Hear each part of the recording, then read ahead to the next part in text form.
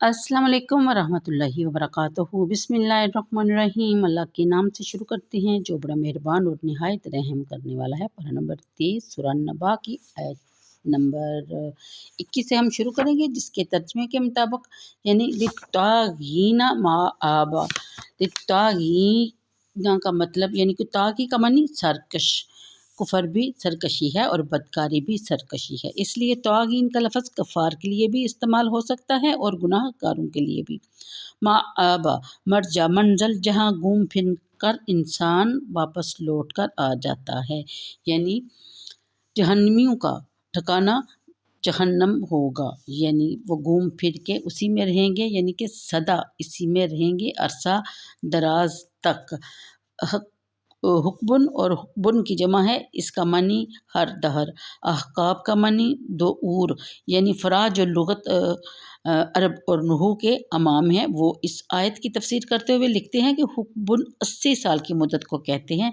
हर साल 360 दिन का होता है और आखिरत का हर दिन 1000 दुनियावी साल के बराबर होगा। फिर कहते हैं कि इस आयत से कोई इस गलतफहमी में मुब्तला ना हो कि जब ये तवील मुद्दत गुजर जाएगी तो जहन्नमी दोज़ख से रिहाई पा लेंगे, क्योंकि अगर इन अहकाब की तादाद बयान की जाती, यहाँ 4 या 10 अहकाब कहा जाता, या तो फिर कुछ समझ में बात आती कि यहाँ ये 4 या 10 साल सदियाँ वहाँ गुजारने के बाद आखिर उनको रिहाई मिल जाएगी, लेकिन यहाँ अहकाब की तादाद मज़कूर नहीं। इसलिए आयत का मायने ये है कि यानी वो कर्न हा कर्न, यानी कि सदियों तक वो उसमें रहेंगे, यानी जहन्नम में। जब एक सदी ख़त्म हो जाएगी, इसके बाद दूसरी शुरू हो जाएगी, फिर तीसरी, फिर चौथी, और ये सिलसिला यूं ही जारी रहेगा। इसलिए कफ़ार के जहन्नम से निकलने का सवाल ही पैदा नहीं होता। आयत नंबर 23, वो नहीं चखेंगे इसमें कोई ठंडी चीज़, ना पानी बजस खोलते पानी और गर्म पीप के। अस्तगफिरुल्लाह। खमीम खोलता हुआ पानी, गस्साक पीप कच्चा लहू और गंदा मादा जो ज़ख्मों से निकलता है। अस्तगफिरुल्लाह। इन्हें ऐसी जज़ा दी जाएगी जो इनके अमाल के मुताबिक होगी। इसलिए यानी तुम ना समझो कि तुम्हें यूं ही आवारा छोड़ दिया गया है, जो तुम्हारे जी में आए करते रहो, तुमसे कोई बाज पुरस ना होगी। ऐसा अंधेर हमारे यहाँ नहीं, हम तुम्हारे अमाल, तुम्हारे अफकार और तुम्हारे अरादों को गिन गिन कर ज़ब्ते तहरीर में ला रहे हैं। ये सारा रिकॉर्ड क़यामत के दिन तुम्हारे सामने खोल कर रख दिया जाएगा। यानी गुनाहगारों को बता दिया जा रहा है कि इनके गुनाहों की पूरी सज़ा इनको मिलेगी। ये लोग रोज़े हिसाब की तवक्को ही नहीं रखते थे, यानी क्यों मिलेगी इसका भी बताया जा रहा है कि इनको क़यामत के दिन पर यकीन ही नहीं था। वो ये समझते ही नहीं थे कि इस दुनिया में जो कर रहे हैं आखिरत में उसका हिसाब किताब देना पड़ेगा।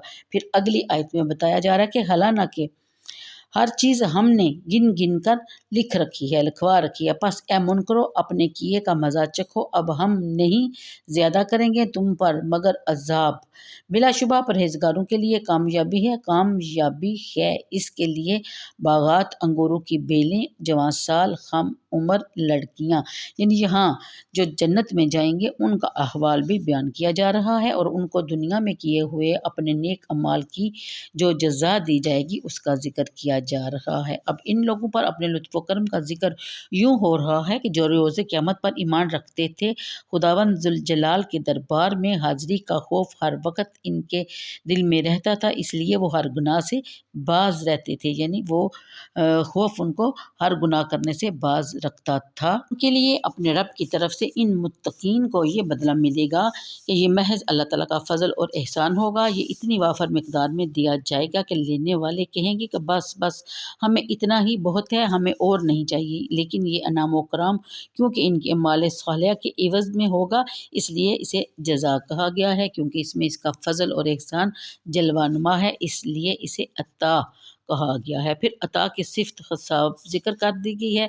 कतादा ने इसका मैनी कसीरन बताया है, यानी जब किसी को कोई चीज़ इतनी फरामा मिक़दार में मिल जाती है या दी जाती है तो वो ख़ुद कह उठता है कि बस अब मुझ में और गुंजाइश बाकी नहीं। लेकिन जज़ा का वहाँ ये हिसाब होगा कि مراد یہ ہے کہ اللہ تعالیٰ نے جتنا کسی کے ساتھ وعدہ کیا ہے عطا اس کے مطابق ہو کہ بعض کو 1 کے بدلے میں 10، بعض کو 1 کے بدلے میں 700 اور بعض کو بے حد و حساب دینے کا وعدہ فرمایا گیا ہے۔ پھر بیان فرمایا ہے کہ ہر شخص کو اس کی خلوص نیت عجز و نیاز کی کیفیت کے مطابق اجر ملے گا۔ اگلی آیت میں بیان فرمایا گیا کہ یہ بدل ہے، اس کا مبدل منہ یعنی ربی کا علامہ علوسی فرماتے ہیں کہ اس بدل سے حضور صلی اللہ علیہ وسلم کی عظمت شان یوں ظاہر ہو رہی ہے جو کسی پر مخفی نہیں۔ اس کے بعد لکھتے ہیں کہ اس میں صوفیہ کی روایت کردہ اس حدیث قدسی کی طرف بھی اشارہ ہے کہ اے حبیب اگر تو نہ ہوتا تو میں آسمانوں کو ہی پیدا نہ کرتا۔ الرحمن بھی بدل ہے، یہ صفت ہے۔ کوئی بھی اللہ تعالیٰ کے سامنے زبان کھول سکے یعنی نہ کھول سکے گا، کسی میں دم مارنے کی ہمت نہ ہوگی۔ کفار اور منکرین آج بڑے زبان دراز بنے ہوئے ہیں، ذرا روز قیامت کا بھی خیال رکھیں۔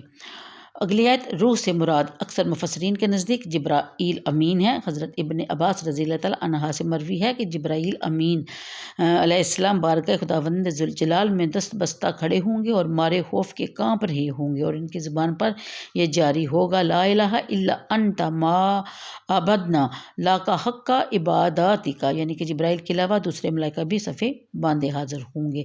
جلال خداوندی کا یہ عالم ہوگا کہ سب چپ دم بخود، کسی میں لب ہلانے کی بھی ہمت نہ ہوگی۔ البتہ وہ نفوس قدسیہ جن کو اذن گوائی ملے گا، یعنی وہ اپنے رب کے حکم سے جو بولیں گے یا جن کو اجازت ملے گی، وہ اپنے رب کے حضور اپنی گزارشات اور اپنی التجائیں پیش کر رہے ہوں گے۔ امام بخاری نے اپنی صحیح حدیث سے شفاعت بڑی مفصل درج کی ہے، جس کا خلاصہ پیش خدمت ہے۔